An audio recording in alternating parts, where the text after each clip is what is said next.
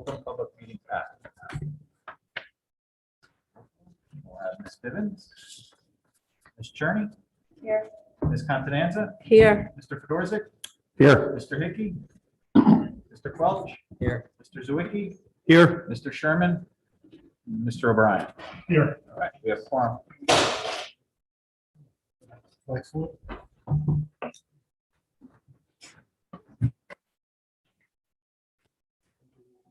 To the flag of the United States of America, to the republic for which it stands, one nation, under God, indivisible, with liberty and justice for all.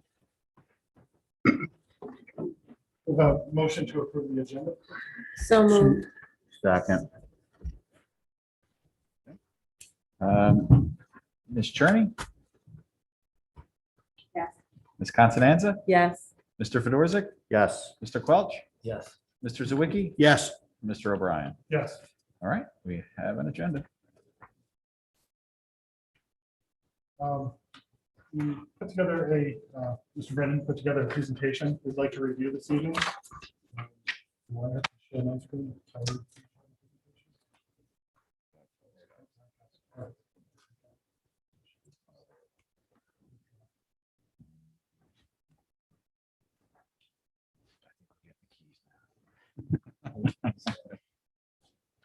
Got it. Perfect.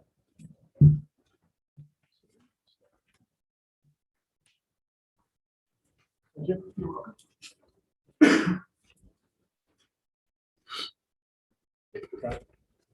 Okay, so many of you here are aware of the Edwards School.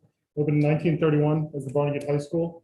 In 1957, students were transferred to Southern to start at Southern Regional. The school ceased operation for instructional purposes in 2003. We opened our new high school in 2004. And we had assessments done in 2012. And we revised them for this year. 2021. Anybody have any questions on the timeline? We shut down the school No, I- around 2016. Oh, you mean like disconnected everything? Yeah, it was around 2016 from what I found out. So why we are discussing this is because something needs to be done with the Edwards School. As we're going to go through, we see the presentation, the conditions are just getting worse and worse. And as a community, we need to address it. I'm glad that you guys are here because we really do need to tackle this together. It's an important part of our community, driving right down Main Street, and it's only getting worse. Is this for viewers? Yeah, thank you. So the integrity of the building is really getting bad. The facade, when you drive past the front, really doesn't look too terrible, but when you get up close and you look at the details, the building is really suffering.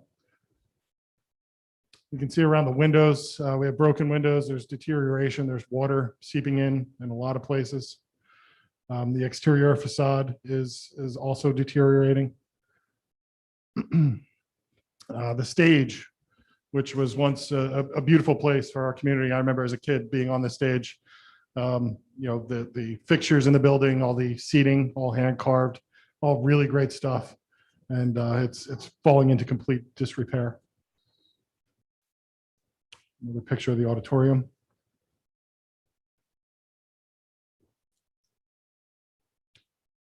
Holes in the roof, paint peeling all over the place, water damage. The roof is collapsing into the auditorium area. We do have concerns about abatement issues with lead-based products, asbestos, and other hazmat that could be part of that building. It was built a long time ago. So, kind of cutting to the chase here. The potential solutions come in 3 different forms. Starting at the bottom, demoing the site and repurposing it or reselling it will cost $780,000 plus. Demoing the building and building a brand new building of the similar size would be about $25 million. With that, there's potential for state aid, but would require a referendum. Thoughts are to turn it into a community center or specialized education program. And then a complete renovation, which maintains the facade and the structure of the building, costs about $21 million. And again, that would require a referendum and state aid. We would have to completely gut and renovate the interior, basically just tear it down to the exterior walls. Any board members have any comments or questions? I was, excuse me, Sean, I was under the impression the property cannot be sold. No, the title clearances were taken care of several years ago, 2017, somewhere around there. So all of those issues have been resolved. We have all the required documents to be able to transfer ownership. Cory? I have a question for Steve. In both the incidences where they're going to like demo, build a new or a complete renovation, the state aid, can you explain how we would get some of that from the state? Sure. Let me explain if we build new, if we demo and build new with the understanding that it's all educational space, we can get up to 40% of $145 a square foot. That's building new. If we did a complete renovation with the understanding that it's all educational space, we can get 40% of actual renovation costs. Don't understand that equation, but that's just the way it is. So in some cases, the renovation could be more expensive dollar-wise, but cheaper to the district because of the 40% on the higher threshold than it is on the complete rebuild. But both would need you would need a referendum for a cost that size, but basically there has to be a local share that you demonstrate to the state before they consider the state aid. The debt service aid is what it is, and you're not going to get 40%. You're not going to get a check for 40% of the funding. You're going to get your mortgage payment paid 40% each year. So they send us state aid when our mortgage payments due, in this case, debt service aid, to cover the payment. So in both incidences, we have to have that educational part to it. In Right. order to Get that back from the state. Right. I mean, they had, and then that's where the 40% comes in. Anything that's non, you get less and less percentage. Okay, thank you. Is that a need though? Does our district need that building for educational purposes? No, there's not a need. It would be anything that we would pursue at this point with that building would be more of a luxury than it would be an actual necessity at this point. There are opportunities like through partnerships with like special education organizations, things like that, that you might be able to utilize it for that capacity, and then also have the opportunity to make revenue back on people that would pay tuition, like the 6 that would pay tuition. That's great. And it could be something that maybe we save some money internally. So there could be something that's worth pursuing for making money for the district, or revenue stream. But as far as a need, right now our buildings are functioning with the population that we have. I think it would be an opportunity to expand the offerings. We're not overutilizing the figure now. It would be an opportunity to expand. So the need could be filled very quickly. Like a VOTEC program? Yeah, exactly, like a VOTEC program, or if we did something with the technology route, maybe kind of a facility for that. Like there's definitely things you can do with that middle school, high school level for that space. If we expanded our busing facility into that building, would we get anything back from the state because of the school busing is with children, or no? Yeah, I mean, there would be a certain percentage of that. I'm not quite sure what that. But it wouldn't be the It would be full- less than 40. It would be less than 40. Okay. Steve, I just, real quick, I gave you a little sidebar. Can you explain why 1 and 2 again would have to go referendum and option 3 would not? Option 3 wouldn't have to be a referendum because it's the understanding that we're able to do it through our budget, whether it be capital reserve funds. I mean, I think we can even argue maintenance reserve funds because tearing down a building is a level of maintenance. So that's the understanding there. If we needed to borrow money to do that, which the state probably would never approve us to do that, but that's really why there's no referendum portion, because there's no state aid tied to it.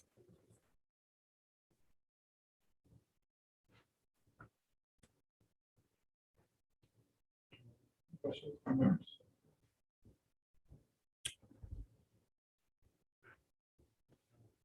A motion to enter public session? So moved. Second. Second.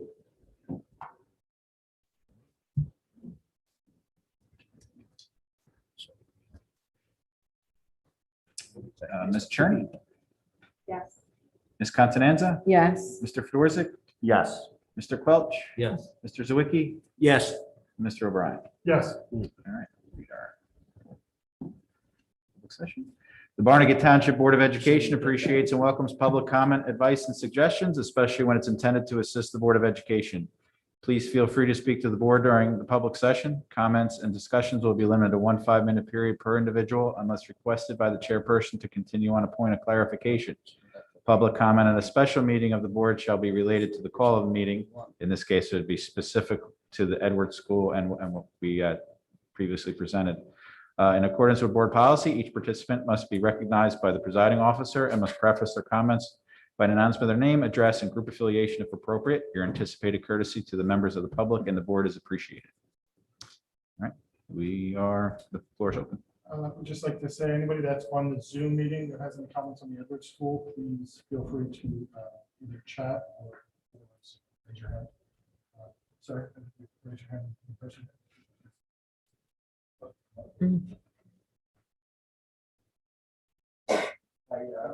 My name is Frank Ernest, business owner in town. We have the Northern Market right on Main Street. So this building is very concerning to us being where we're located. I'm really torn with what to do with the place. I like old. I live in an 1875 home. I like the downtown. It's, we like to tear things down in this country. I go to Europe, I go around, we visit, and, they save things, they keep things. But there's also a point of dollars and cents to a degree as towards what you put into it. Are you going to get something back on it that's not going to be a burden to the community and the people in it? But if there's something that can be done to either save the place and make it worthwhile for the community to be able to use in some form, even if it's like you're talking about bringing in other funds, other facilities like, the vocational schools and things like that, or, whatever there is. I'm sure you guys, get bombarded all the time with things that could be done there. But it has to be feasible to a degree. I mean, there will be, when you save old things, there is a cost factor that you're not going to get back. And that's the cost of saving something old. And that's the purpose to save something old, is to have it for other people to see. And they can drive by, hey, my grandfather went to school there, or whatever. And then the far concern is, if it is tore down, what are you going to put there? Rumors fly constantly, in town and things around. It needs to be something, if that is an option, that where you wind up going, you have to do something that fits the downtown. It has to fit our downtown. It's changing, it's getting better. I mean, I invested a lot into this community by redoing that garden center, doing what we do. And the community also has invested in us by making it happen for us. So I'd like to see the downtown, keep doing what it's doing, trying to get better and bringing in some other businesses and fixing things up. You hate to lose it. I mean, there's not many towns in Ocean County. I grew up in Ocean County my whole life. I was born right here in Point Hospital, which is gone. Tore it down, better thing. Okay. So, but we're a unique little town here, which there's not too many places in Ocean County that have what we have here. And I'd like to see you really try to, I know it's going to take a lot of thought and stuff on what to do, but like I say, I'm torn, and I have opinions on both sides, but if it does come down, it's got to fit our neighborhood, our community. It's got to have protection towards loopholes for someone being able to come in there and do something and has a loophole to do something we didn't want, you know?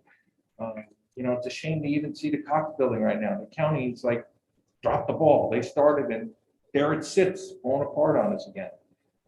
So these are the things that we got to make sure it keeps going and progressing and getting better. All right? Thank you. I know you guys will do the right thing. Thank you. Thank you. Thank you. So I think that was the point of us having this special meeting, is to sort of hear that opinion from the public. And I think, from my personal point of view, as a lifelong resident of Barnegat, that school looks a lot different than modern schools, right? Modern schools were built for building efficiency, and that is a specific style to it that really does, drive through Barnegat, you notice that building. So I think I agree, it's an important part of our town's heritage. Ms. Carrera, I see you raise your hand. Hi, good evening, everybody. How are you? Good, thanks. We can't really hear it though. Okay, just a quick observation, and please correct me if I'm wrong. It seems like if it was refurbished or if we kept it, from the pictures that you were showing, the inside looks pretty much gone. So if it was to be kept, it appears that the facade would stay, which is what people want to see, I guess, that old building sitting on that road. But all of the things inside that had the significance, the hand carved, the stage, pretty much seems like it would have to be gone. And that's a shame, but it looks like it's all ruined. From the numbers you were saying, if we did that, even at 40%, if those numbers are correct, because you can't have an exact number because we don't know what we're doing with it. The numbers could be way higher by the time it got done. We don't know. You're still talking 15, 16, 17 million dollars. I like the building, but I don't know if that's feasible for the taxpayers to have something sitting there that looks like what it used to look like. I do agree that if it gets sold or demolished, I don't want to see more apartment buildings. I don't want to see any of that. And I don't know that there's a way to control what someone does with a piece of property or a building once it's sold. I don't know where all these funds would come from, though, if we were to keep it. You're talking millions upon millions of dollars, and that's just a lot of money. So hopefully this can get resolved. It's been an issue for years, unfortunately. And the buildings that we see in Europe, as someone said, those buildings have been maintained. The problem with this building is it was not maintained. When you maintain something, it's a lot easier to keep it and fix it than when it's been ignored for tons of years. And that's all I wanted to say. Thank you, guys. Hope you have a good night. Thank you. Yeah, it is unfortunate that a lot of the inside of the building, that company that's across the street that does all of that restoration, they would probably love the materials that are in there. The chandeliers, the seating in the auditorium, it's all classic, beautiful, beautiful stuff. And it really is in really, really bad condition. And there's probably not much salvaging anything inside the building, except maybe be able to, set up a little area to say, remember when. Exactly. And that's the sad part. Most of that historical significance inside is unfortunately probably unsalvageable. That's really sad, but it's probably true. So thank you. No problem. Thank you. Anybody else have a comment? Sir?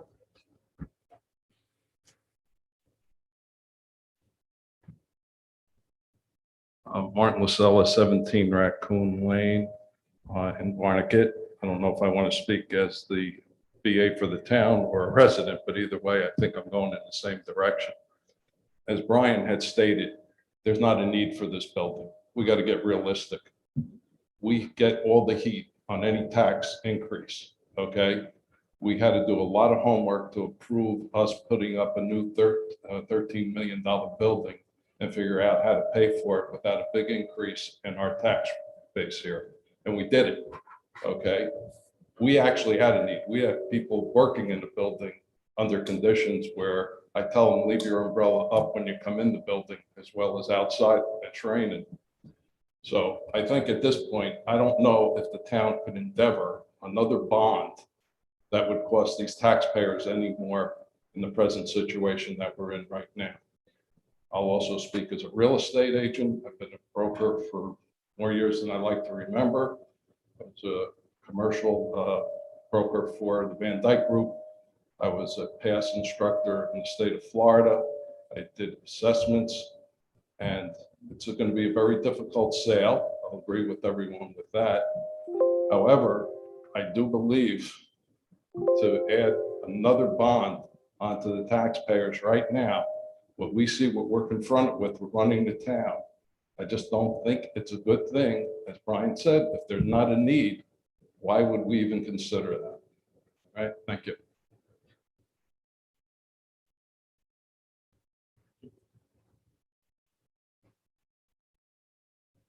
Second comment?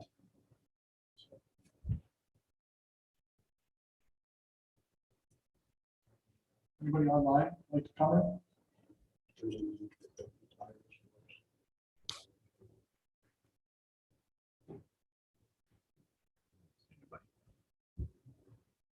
I have a motion to close public session. So move. Second. All right. Ms. Cherney, Yes. Ms. Constanza, Yes. Mr. Fedorzik, Yes. Mr. Quelch. I'm sorry. It looks like Mr. Dino raised his hand. And Ms. Pine. Ms. Pine, would you like to go first, please? Didn't quite get there. Hi, everybody.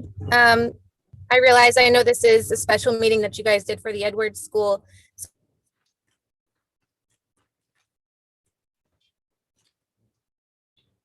Connection.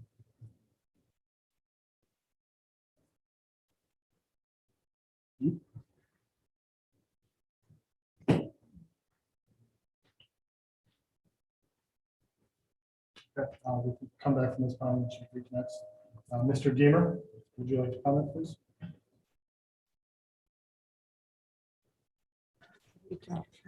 Hi, my name is Justin Deemer, 31 Benjamin Court, Barnegat. I have two children in the school system. As a citizen, I don't feel that it's a worthy investment for this community to invest any more money in the building. I don't like to see old stuff torn down, but after seeing the pictures and listening to the commentary, I kind of agree with Ms. Pereira, where the stuff that's really sentimental to folks is pretty much gone. And while it's nice to see the building when you're driving down the street, we just really, I don't feel we shouldn't be investing any more money into the building. That's it. That's all I have to say.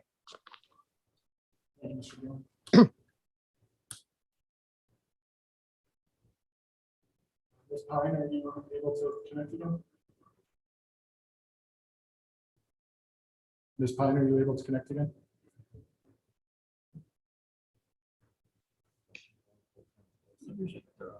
Yeah. All right. Okay, so try that motion to close public session. So moved. Second. All right, Ms. Cherney, Yes. Ms. Constanza, Yes. Mr. Fedorzik, Yes. Mr. Quelch, Yes. Mr. Zawicki, Yes. and Mr. O'Brien. Yes. All right, public session's closed. Okay, and motion to adjourn. So Second. Ms. Cherney, Yes. Ms. Constanza, Yes. Mr. Fedorzik, Yes. Mr. Quelch, Yes. Mr. Zawicki, Yes. Mr. O'Brien. Yes. All right, we are adjourned at 6:30. Thank you, everybody, for attending. Good night. Thank you.